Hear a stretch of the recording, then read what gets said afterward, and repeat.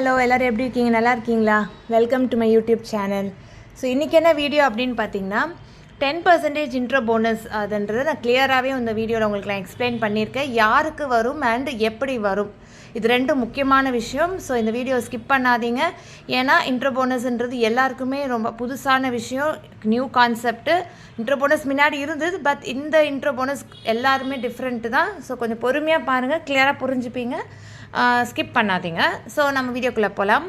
So இப்போ first என்னென்னு பார்த்தீங்கன்னா, நீங்கள் வந்து ஒரு 20,000 வந்து நீங்கள் வந்து ரிக்வெஸ்ட் கொடுக்குறீங்க விட்ராலுக்கு.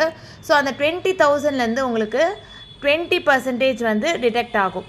அதாவது 10% வந்து இன்ட்ரோ போனஸ், 5% வந்து டிடிஎஸ்ஸு, 5% வந்து அட்மின் சார்ஜ். ஸோ அந்த பேலன்ஸ் அமௌண்ட்டு மட்டும்தான் உங்களுக்கு கிரெடிட் ஆகும்.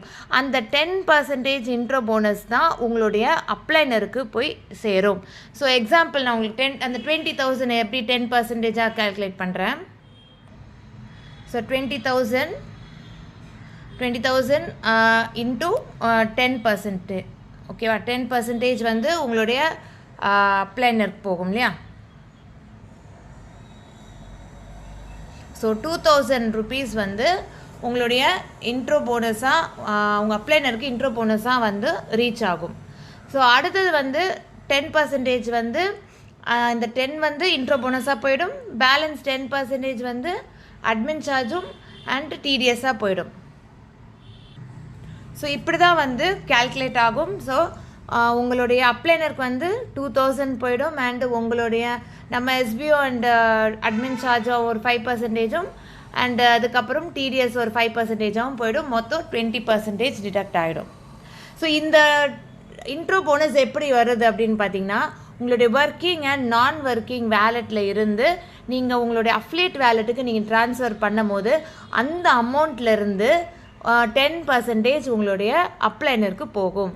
ஸோ நீங்கள் நினைக்கல இந்த அமௌண்ட்டெல்லாம் நமக்கு போகுதே, நமக்கு லாஸ் தானே, முன்னாடி நம்ம வந்து அப்கிரேடில் இருந்தால் 0% சொன்னாங்க, இப்போ வந்து இந்த மாதிரி சொல்கிறாங்களே, இது எப்படி நமக்கு அப்படின்னு நீங்கள் யோசிக்கலாம். நீங்கள் டேரெக்ட் நீங்கள் எடுத்துருந்தீங்க அப்படின்னா நீங்கள் கவலையே விடுங்க. இப்போ நீங்கள் ஒரு 4 டேரெக்ட் நீங்கள் எக்ஸாம்பிள் எடுத்திருந்தீங்கனாலும் உங்களுக்கு 4 டேரெக்ட்டுக்கிட்டேருந்து இந்த மாதிரி 2,000 வந்துச்சுனாலே 8,000 வந்துடும்.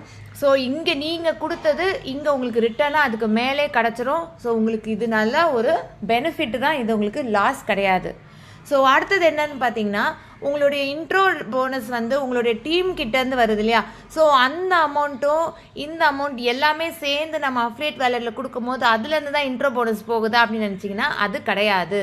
அவங்க வந்து அவங்களுடைய ஒர்க்கிங் அண்ட் நான் ஒர்க்கிங் வேலெட்லேருந்து அவங்க ட்ரான்ஸ்ஃபர் பண்ணும் போது வர அமௌண்ட்லேருந்து 10% தான் உங்களுக்கு வரும். ஸோ அந்த அமௌண்ட் வந்து உங்களுக்கு செப்பரேட்டாக இருக்கும். அதோடு இது நீங்கள் கன்ஃபியூஸ் பண்ணிக்காதீங்க. ஸோ இப்போ வந்து உங்களுக்கு ஒரு கேல்குலேஷன் உங்களுக்கு நான் சொல்கிறேன்.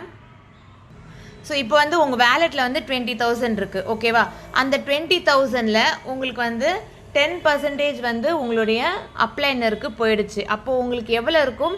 18,000 இருக்கும். ஸோ 18,000, ஓகேவா?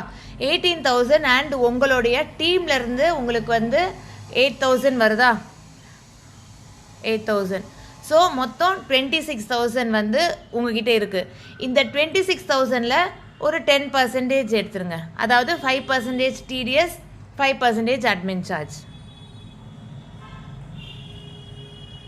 ஸோ 2,600. அப்போது இந்த 20,000 அதாவது 26,000ல்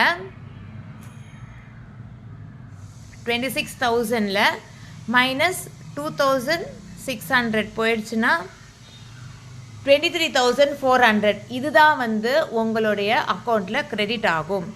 ஸோ நீங்கள் வந்து உங்களுடைய டீம்லேருந்து வர இன்கம், இந்த நான் ஒர்க்கிங் வேலெட்லேருந்து இன்கம் எல்லாமே சேர்ந்து தான் நமக்கு வந்து 10% இன்ட்ரோ போனஸாக உங்களுடைய அப்ளைனர் போகுதுன்றது கிடையாது. அதே மாதிரி உங்கள் டீம்லேருந்து அவங்கக்கிட்ட இதே மாதிரி வருதுன்றதும் கிடையாது. நீங்கள் எப்போ உங்களுடைய ஒர்க்கிங் அண்ட் நான் ஒர்க்கிங் வேலெட்லேருந்து நீங்கள் ட்ரான்ஸ்ஃபர் பண்ணுறீங்களோ ஆட்டோமேட்டிக்காக அந்த ப்ராசஸ் நடக்கும். அதனால் அதிலேருந்து மட்டும்தான் அவங்களுக்கு போகுமே தவிர இந்த அமௌண்ட்டிலேருந்து மொத்தமாக வந்து இதிலேருந்து வந்து அவங்களுக்கு 10% போகாது.